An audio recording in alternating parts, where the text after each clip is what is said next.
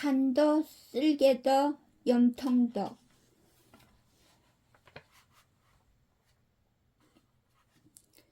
고구원왕 13년 막 해가 바뀌어 봄으로 들어설 무렵 조나라의 북쪽 변경에 10서너 남짓한 소년이 홀로 걸음을 옮기고 있었다. 본래는 궁식하지 않았을 옷차림이나 오랜 시간 떠돌았는지 낡고 해져 반쯤은 거지와도 같은 꼴이었다. 걷다가 멈추어 주위 경치를 둘러보고 사람이 있으면 인사를 건네고 먹 좋은 그늘이 있으면 쉬어가는 것이 마치 나이 꽤나 먹은 방랑자와도 같은 모습이었다. 그리 걷던 소녀는 한 고을 어귀에서 멈추어 눈앞의 생소한 광경을 지켜보았다. 아미타불. 그 한마디가 마치 요술과도 같은 일을 일으켰다. 소년만큼이나 남루한 기색, 더군다나 대머리인 젊은이가 구걸하듯 내민 밥그릇에 말 안악내 몇몇이 앞을 다투어 갓 지은 밥을 담아주는 것이었다. 그러고도 그들은 도리어 고개를 깊이 숙이며 두 손을 모아 인사를 올렸다. 이 알 수 없는 광경을 입을 떡 벌린 채 지켜보던 소녀는 그들이 헤어지기를 기다려 젊은이에게 다가갔다. 당신이 형색과 이복이 신기하오. 무엇 하는 분이시오? 불심 닦는 승려외다. 승려가 신기하다니. 아마도 작은 시주께서는 먼 나라에서. 불심이요? 소녀는 명랑함을 잔뜩 과장한 말투로 신기하다는 뜻 승려의 말을 잘랐다. 불심의 불이란 누구를 가리키는 것입니까? 소년이 불법에 관심을 보이자 젊은 승려는 밥그릇에 침을 튀겨가며 열변을 토하기 시작했다. 아미타 부처님을 가리키는 말이지요. 사바세계와 극락정토 사이의 길을 터주신 분이외다. 사바세계란 이 세상이며 극락정토란 말씀을 듣자 하니 선생은 극락정토라는 곳으로 가시려는 분인가 봅니다. 소년이 다시 한번 말끝을 잘라오자 승려는 잠시 말문이 막혔는지 눈만 껌뻑이다 이내 고개를 끄덕이며 웃는 얼굴로 답했다. 작은 시주께서 대단히 영특하십니다. 예, 그러합니다. 어찌하면 그리로 갑니까? 가진 욕심을 버리고 태어날 때와 같은 모습으로 돌아가면 갈 수 있습니다. 가진 것을 버린다고요? 그렇지요. 그럼 선생 손에 들린 그 밥부터 버림이 어떻겠습니까?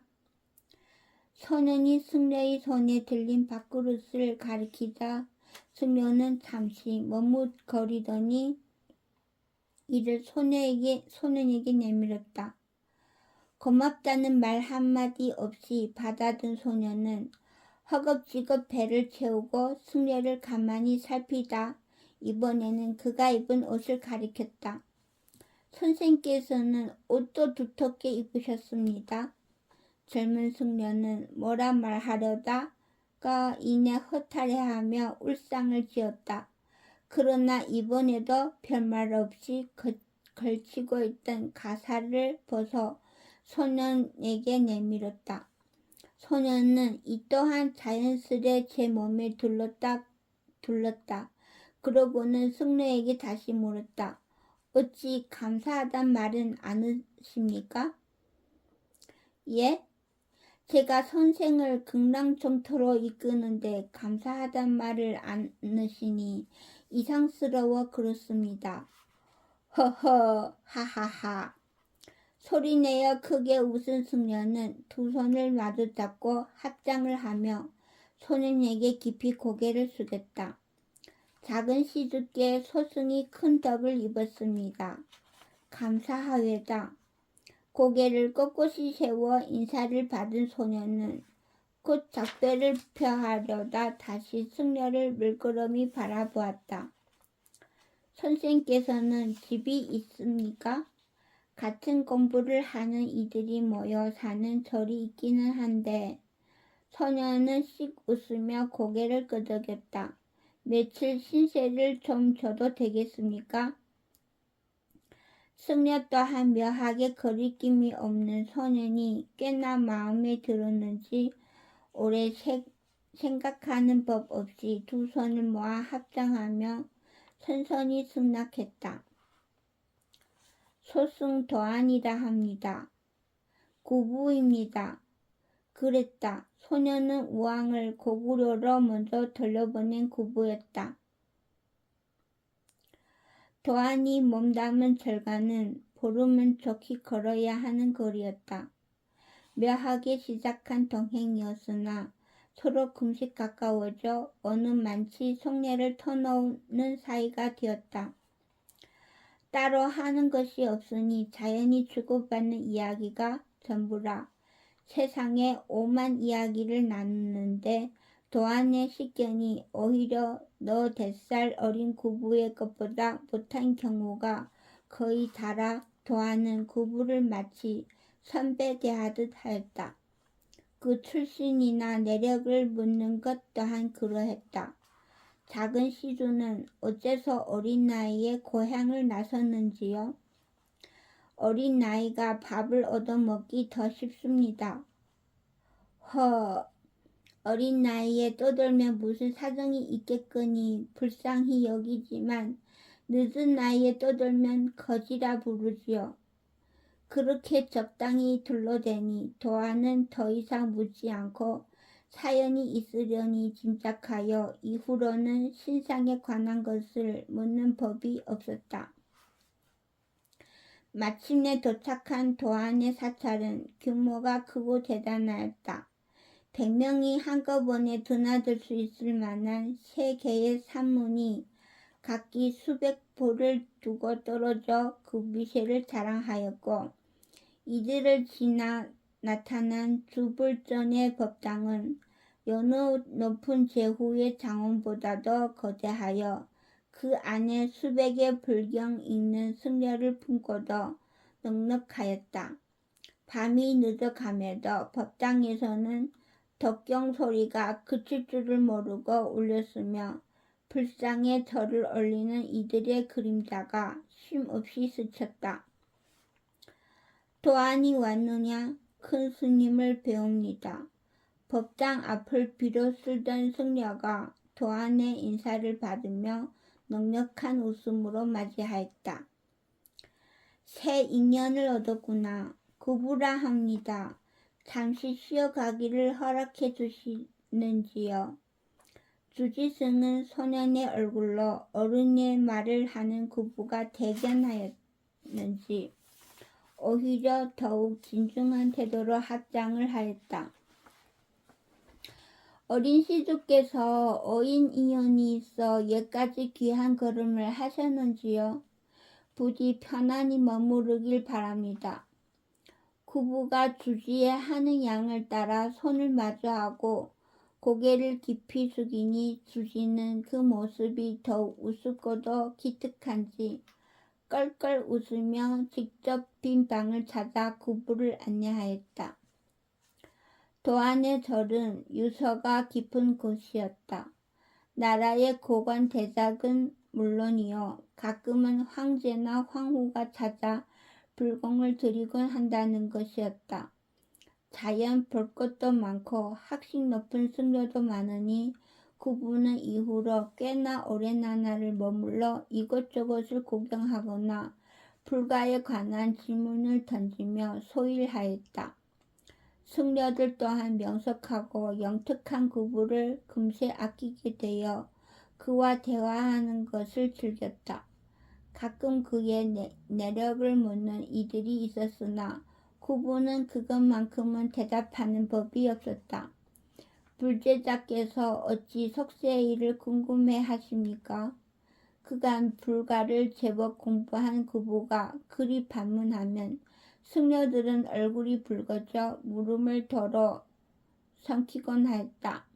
하루는 아침 일찍부터 승려 하나가 찾아와 구부에게 좀처럼 하지 않던 말을 꺼냈다. 오늘은 대웅전 출입을 삼가는 게 좋겠습니다.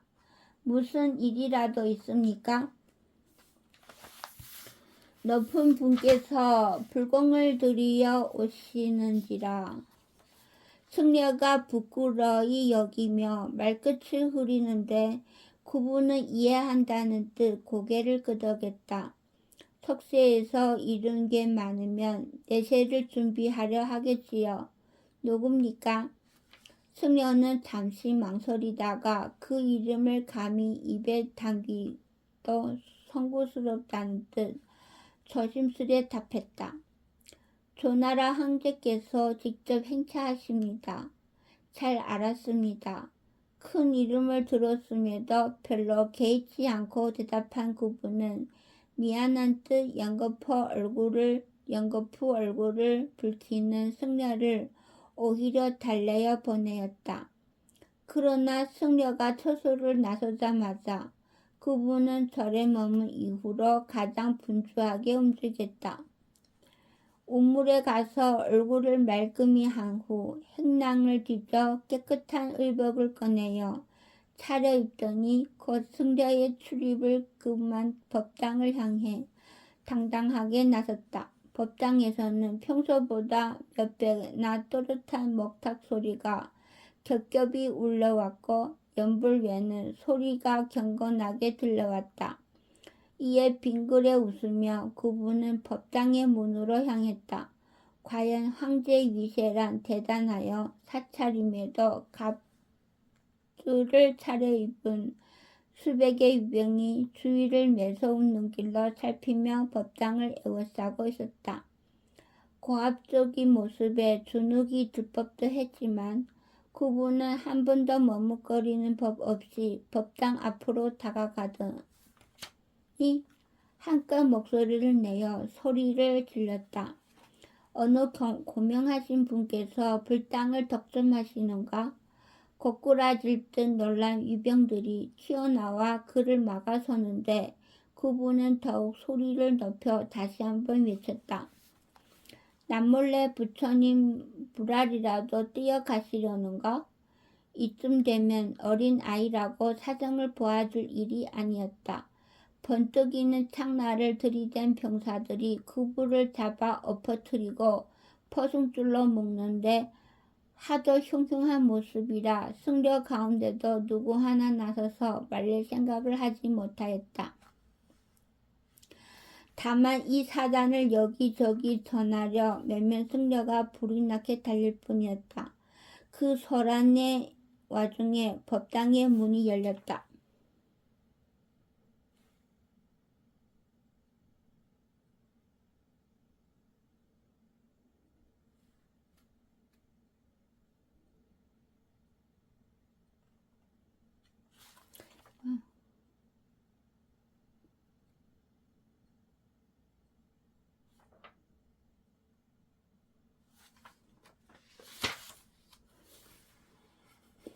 조나라 황제 석호가 직접 모습을 드러내었다. 당시 조나라는 모용황의 연나라를 제외하고는 북방의 세력을 비할 상대가 없는 강국이었고 석호의 위세란 나는 새도 떨어뜨릴 만치 대단한 것이었다. 그 석호가 가장 중히 여기는 것이 바로 불공을 들이는 시간임을 잘 아는 병사들은 곧바로 머리를 조아렸다. 묵묵히 소정을 살피는 석호의 눈에 낯설기 짝이 없는 한 소년의 모습이 잡혔다. 구부는 석호의 눈길을 피하지 않았고 한참을 갸웃거리며 구부를 응시하던 석호는 웅장한 목소리로 입을 열었다. 이리 둘라. 모두가 입을 벌리고 놀란 와중에 구보는 석호에게 성큼 다가갔다. 내 말이 맞다. 석가께서 만생에 베푸신 불공을 홀로 차지해서는 안 되는 법이지. 석호는 내모진 얼굴을 움직여 어색하게 웃으며 주위를 향해 서도 말했다. 이 아이 말고도 불공을 드릴 자가 있으면 누구든 법당으로 들라. 그리고 등을 돌려 다시 법당으로 들어가려던 석호는 구부가 따라서 움직이지 않음을 알고 돌아보았다. 그러자 구부가 입을 열었다. 나는 불공을 드릴 생각이 없습니다. 다만 조나라 황제께서 얼마만한 그릇인지를 알아보고자 소정을 벌인 것입니다. 이에는 성군임을 자처하는 석호 또한 얼굴이 굳을 수밖에 없었다. 일저들이 눈을 부릅뜨고 구부를 노려보는 가운데 잠시간의 침묵이 흘렀다. 그릇? 제게는 질문이 하나 있습니다. 오직 천하의 명망을 떨치는 군주들만이 답할 수 있는 질문이라 잠시 결례를 범한 것입니다. 좋다. 그러나 그 질문이 가벼운 것이라면 저 호위들이 가만히 있지는 않을 것이다. 어쩌면 내 목숨을 부지하기 힘들리라. 평생을 폭군과 부처 사이를 오간 석호는 사리분별과 공사구분에 냉혹하리만치 엄격한 군주였다. 그의 말이 떨어지자 유병들은 즉시 구부의 곁에서 물러나 창칼을 거두었으나 오히려 더욱 엄중한 기세로 구부의 목을 취할 기세였다. 그러나 구부는 그러한 협박과 경계에는 전혀 개의치 않은 채 명랑한 얼굴로 입을 열었다. 서와 농부를 본 적이 있습니다. 죽은 지 오래된 농부의 시체 곁을 황소 한 마리가 굶어 죽을 지경이 되도록 떠나지 않고 지키는 광경이었는데 미물 주제에 인간보다 충직한 것이 고가워 온종일 매를 때렸는데도 그 녀석은 결코 떠나는 법이 없었습니다. 평생 제 주인의 채찍을 맞아가며 밭을 가는 것이 소라는 놈의 억울한 삶으로 압니다. 한데 대체 어인가닥으로 그 소는 주인이 죽고서도 곁을 떠나지 않는지 알 길이 없었습니다. 처음에는 훈련만 듣던 석호는 곧 그 물음이 가벼이 느껴지지 않았는지 점차 귀 기울여 듣다 정례는 눈을 감아버렸다. 그러고는 한참이나 손채로 생각하는 시간을 보내었다. 내가 나에게 많은 생각을 하도록 하는구나. 이윽고 자신 있는 목소리로 입을 연 석호는 얼굴에 미소조차 떠올리며 답했다. 불가에서 말하는 인연이라는 것이 있다. 많고 많은 인연 중 평생을 섬기는 주인으로 만난 인연이란 단연 으뜸일터 그 무거운 인연을 어찌 끊고 떠나겠는가. 아마도 소는 다음 생애에 있을 인연을 위하여 제 의리를 지켰으리라. 누가 소에게 가르쳐주지 않아도 안 것이니 참으로 윤회의 덕을 쌓았다 할 만하다. 그 인연이란 끊어지지가 않는 것입니까? 사바세계를 떠돌고 떠돌다 인연의 무거움을 알고서야 성불하는 것이 불가의 법이니 정례는 누구나 인연의 중함을 알게 되는 법이다. 끊어낸 줄 알아도 끊어지지 않은 것이 인연이거늘 스스로의 답에 만족했는지 한껏 도취된 표정으로 말한 석호는 구부에게로 걸어와 머리를 쓰다듬었다. 내 보통 소년이 아니로구나. 내 평소 인연의 질기고 무거움을 강변하는 승려는 많이 보았으나 이처럼 마음의 느낌을 직접 주는 질문은 처음 들었다. 그분은 썩 좋은 낯빛이 아니었으나 석호는 이를 눈치채지 못한 채 기분 좋게 물었다. 한데 어이하여 굳이 나를 찾아 물었는고? 저는 농부를 군주로 보았고 소를 백성으로 보았습니다. 하여 백성의 명망이 높은 공주를 찾아 묻고 싶었습니다. 석호는 크게 웃음을 터뜨렸다. 구부를 얼싸 안기라도 할 양으로 옆구리에 낀 채로 웃더니 앞에 영문 모르는 좌등을 향해 힘차 열변을 토해냈다. 들었느냐? 결국 임금과 백성이란 가장 무거운 인연으로 묶인 것이니라. 임금은 굳이 백성에게 베풀지 않아도 백성은 굳이 임금을 사랑하지 않아도 이 인연이란 때려야 뗄 수가 없는 법이니 굳이 드러내 보이려 하지 않고 모두가 한마음으로 불심을 쌓는 것만큼 훌륭한 일이 어디 있을까? 석호는 이후로도 한참 떠들썩한 설법을 계속하였다. 승려는 물론이요 따르는 장수와 병사들조차 그의 설법에 심취하여 한마디 한마디를 경청하고 따라 읊으며 되새기니 쫄지의 법회에 동참한 꼴이 된 구부는 그 모습을 가만히 보다 남에게 들리지 않는 소리로 중얼거렸다. 무지한 자가 어찌 따르지 않을까? 아미타란 자가 귀신이라면 참으로 으뜸가는 귀신이로다. 영원히 끝나지 않을 것만 같던 설법이 끝나고서 석호는 다시 구부를 마주하였다. 귀인을 만났다며 신하를 시켜 두둑한 황금을 내리게 하고는 그러고서도 성이 차지 않는지 석호는 구부를 잡은 손을 한참이나 놓지 않으며 이것저것 물었다. 고구려에서 왔다고? 이름은 무엇인고? 고구부라 합니다. 구부? 석호는 몇 번 들은 이름을 되뇌며 고개를 갸웃거렸다. 그러다 무엇인가의 생각이 단뜻 퍼뜩 놀란 눈으로 구부를 다시금 살피더니 확인이라도 하듯 물었다. 고구려에서 온 고구부라고? 예, 내 고구려의 태자가 아니더냐. 본래 조나라와 고구려는 선대로부터 친교를 나누던 터 그 막연함이란 과거 석호가 을불에게서 군사의 상징인 쌀이나무 화살을 전해 받은 적이 있을 정도이니 태자의 이름쯤이야 알고 있는 것이 당연했다. 그 사실을 모르고 이역만리 먼 땅이라 쉽게 제 본명을 발설한 그분은 그제야 아차 하는 생각에 입술을 깨물었다. 태자가 제 나라를 떠나 방랑한다는 사실이 알려지면 좋을 것도 없었고 모종이 외교에 연루될 수도 있는 까닭이었다.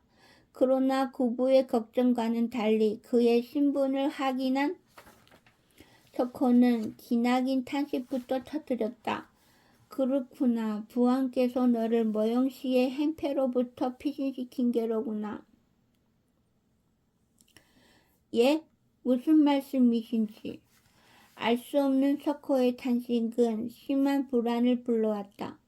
구부가 영문을 모르겠다는 듯 묻자 석호는 그가 언제 고구려를 떠나는지를 묻더니 더욱 안쓰러운 얼굴이 되어 재차 물었다. 하면 너는 전쟁이 났던 것조차 모른다는 말이냐? 고구려에 전쟁이 났었단 말입니까? 몇 번을 거듭 탄식한 석호는 곧 구부를 앉혀놓고 기나긴 이야기를 시작했다.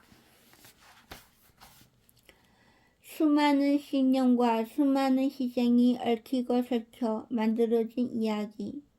노장 형제가 목숨으로 피워 올린 봉화, 그릇된 명을 죽음으로 묻었던 전령, 충의와 의리에 더하여 제 목숨까지 바친 평강, 역적의 오명을 쓰면서까지 환토성을 사수하려던 충신들, 최후까지 고구려의 선봉이었던 아불화도, 그들 모두가 하나같이 바랐던 호국의 호는 결국 태왕 1인의 한마디에 먼지처럼 흩어지고 말았다. 환도성으로 진군해 온 연나라 사만여 대군의 선두에는 말탄 모영황과 더불어 머리를 풀어 해친 한 인물이 있었다.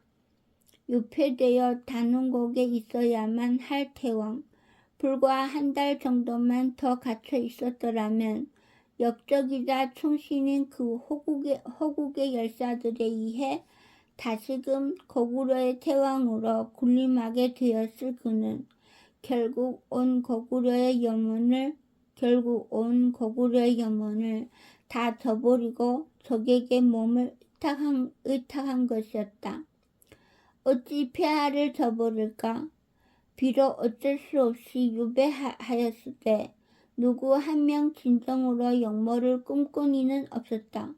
누구 하나 반대가 없었던 회의 이후 한도성의 성문은 너무나도 허무하게 열렸고 사유를 앞세운 연나라 군사는 싸움 한 번 없이 환도성의 장조를 모조리 포박하여 무릎을 꿇렸다. 그렇게 당당히 들어선 모영황은 궐의 가장 높은 곳에 앉아 사위를 꿇어앉힌 채로 물었다. 내가 원하는 것은 무엇이든 하겠다고 하였느냐? 그렇습니다. 모영황은 평생의 원수를 가리켰다. 제 아비를 빼앗고 제 몸을 불태우고 제 형제들을 죽인 고구려의 태후 주아영 내어주겠느냐? 믿을 수 없을 만큼 간단하게 사유는 고개를 끄덕였다. 노쇠한 제 어미를 포박하여 데려오라는 명을 직접 내리는 사유를 보며 대신과 백성들은 치를 떨었다. 조정의 추대를 받고서도 사유를 생각하여 대신들의 따귀를 치던 그 서리빨 같은 여인의 모종이 그리도 간단하게 배신당한 것이었다. 이윽고 끌려온 주아영의 모습을 보자마자 모영황은 직접 칼을 들어 휘둘렀다. 지켜보던 이들의 비명이 골을 온통 울리는데 얼굴빛 하나 변하지 않은 그네의 목 바로 한치 앞에서 모영황은 칼을 멈추었다. 간단히 죽이지 않으리라. 이 원한이란 평생을 두고 갚으리라. 두 번째 요구는 왕후를 향했다. 사유는 그네를 향해서도 아무런 배려가 없었고 정효 또한 아무런 저항 없이 끌려와 모영황의 앞에 꿀려졌다. 아영도 정효도 아무런 말이 없었다. 태왕을 향한 한 서린 원망도 배신감에 가득 찬 비난도 없이 그들은 묵묵히 던져진 운명에 순응하였다. 우습다. 참으로 우습다. 모영황은 길고 공허한 웃음을 터뜨렸다. 그 어떤 요구도 사유는 반항하는 법 없이 받아들였고 그것은 모영황에게 빠른 실증을 불러일으켰다. 더없이 낮은 자세를 유지하며 굴종을 받아들이는 모습, 어떠한 조롱과 수치를 가하여도 아랑곳 없이 받아들이는 모습이란 가해자인 모영황의 눈으로 보아도 갑갑하고 역한 모습이었다. 내 놈이 그렇게까지 기면서 원하는 것이 무엇냐? 간도 쓸개도 염통까지 내놓으면서 내 놈은 무엇을 바라느냐 말이다. 그저 내 놈의 그 한심한 왕위를 지키고자 함이더냐. 정말로 내 어미와 부인마저 질투하고 내 형제를 경계하여 다 내어주는 것이더냐. 사유는 대답하지 않았고 모영황은 더 이상 아무 말도 없이 자리를 박차고 일어섰다. 사유는 정말로 어떤 요구든 수용하였고 그런 고구려란 이미 연나라의 속국이 되어버린 것과도 마찬가지였다. 그가 고구려의 군사를 해산시키고 환도성의 성벽을 허물 때에도 아영과 정효를 비롯해 수많은 고구려 인지를 잡아 연나라로 돌아갈 때에도 누구 하나 나서서 막는 이가 없었다. 도리어 수십의 고구려 대신이 그 뒤를 따랐으니 고구려 조정의 중심 가운데 반절 가까운 숫자였다. 태후마마와 함께 고초를 겪고 싶습니다. 그것은 더 이상 사유와 함께 하고 싶지 않다는 뜻, 고구려에서 살아가고 싶지 않다는 뜻이기도 했다. 모영항은 한없는 비웃음과 함께 그 청을 받아들였다. 그들 모두가 고구려의 오랜 충신, 결국 고구려의 혼이 엉망진창으로 무너지고 만 것이었다. 울불이라는 자의 묘를 파헤쳐라.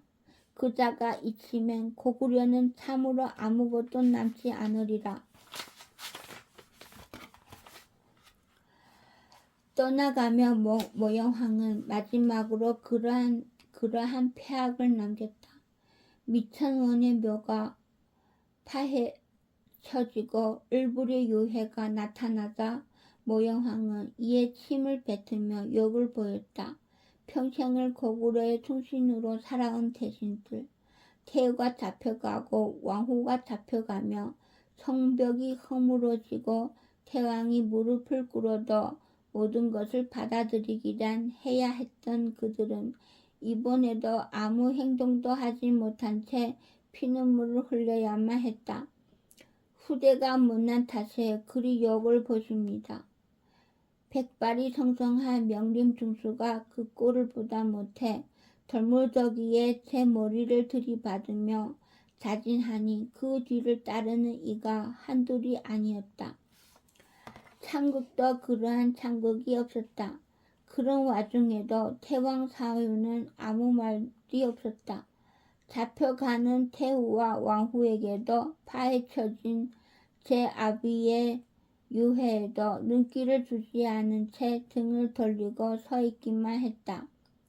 고금의 역사를 통틀어 그 누구보다도 초라하고 비겁한 왕이었다. 뜻 있는 관리와 강직한 장수는 물론 무지한 병졸과 궁궐의 시종, 하다못해 밥지는 신모까지 피눈물을 흘리며 그러한 태왕을 맞이한 고구려의 운명을 슬퍼하였다. 고구려는 이제 망한 나라와 다름이 없었다. 뒤늦게 환도성에 도착한 무는 모영황을 쫓아갔지만 태후와 왕후의 안위 때문에 모영황을 두 눈 뜬 채 그냥 보낼 수밖에 없었다. 석호의 긴 이야기를 다 듣고 난 구부는 아무 말도 없이 고개를 몇 번 끄덕이더니 앉은 자리에서 일어섰다. 그 얼굴빛이 흔들림이 없고 태도가 의연한 것을 보고 그가 눈물 한 자락 뽑아낼 줄로만 짐작했던 석호는 구부가 흉중의 아픔을 숨기는 게 대단하여 칭찬과 위로의 말을 내놓았다. 심성이 깊기도 하구나. 하나 내 나이에는 우는 것이 흉이 아니다. 그러나 구부는 고개를 저었다. 어머님과 할머님께서 겪으실 고생이란 왕가의 일원으로서 감내해야만 하는 운명입니다. 한 분당 1만 이상의 목숨을 살리는 거죠. 두 분을 제가 걱정하는 것은 오히려 그분들을 욕되게 하는 일입니다. 나이답지 않다. 참으로 비범한 아이로구나. 하나 내 조부께서 욕을 보신 것은 참으로 원통하지 않으냐. 석호는 제가 더 분하여 이를 갈며 외쳤다. 이에도 구부는 고개를 저었다. 유해란 썩게 마련이고 언젠가 흙으로 변합니다. 흙이 제 조부일 리가요. 모영황이 함부로 한 것은 제 조부가 아니라 조부께서 한 세상 머무르셨던 이승의 흙일 뿐입니다. 참으로 그러하다. 석가께서도 그것을 아시어 본인을 화장하라 하시지 않았던가. 내 불가의 공부가 대단히 깊구나. 그러나 내 나라가 그리 쇠하였으니 그것이 분하지는 않으냐? 그분은 또 한 번 고개를 젓다. 본디 한번 홍수를 겪은 땅이 더욱 비옥해지는 법입니다. 도리어 콩만 심던 밭에 팥을 심어볼 기회이기도 하니 굳이 안타까운 일만도 아닙니다. 말문이 막혀버린 석호에게 그분은 허리를 깊이 숙여 인사를 표했다. 베풀어 주신 후의에 감사합니다. 훗날 다시 뵙고 많은 이야기를 나눌 수 있기를 빕니다. 그러고는 곧 절간을 나섰다. 비록 그 걸음걸이는 당당하고 차분하였으나 제 숙소에 놓인 행량도 석호가 내린 황궁도 다 잊고 서둘러 떠나는 것이 말과 행동과는 달리 마음만은 태평하지 않은 것이 분명하였다. 석호는 탄식인지 감탄인지 모를 신음을 터뜨리며 중얼거렸다. 어찌 저리도 의연할 수가 있는가. 헤아림이 만길 깊이로되 속은 그보다 10배가 더 깊구나. 오늘 너무나 소중한 인연을 얻었도다. 필히 평생을 귀히 여겨야 할 인연이다.